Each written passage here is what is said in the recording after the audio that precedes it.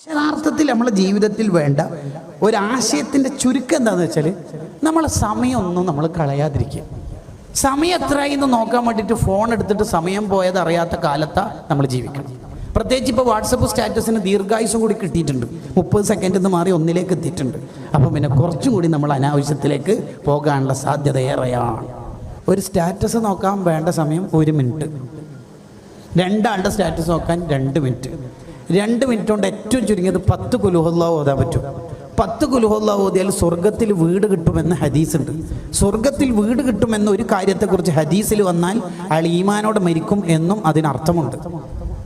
അപ്പോൾ ഈമാനോടെ മരിച്ചു കിട്ടാനുള്ള ഗ്യാരണ്ടിയാണ് ഡെയിലി 10 ഇഖ്ലാസ് സൂറത്ത് ഓതൽ.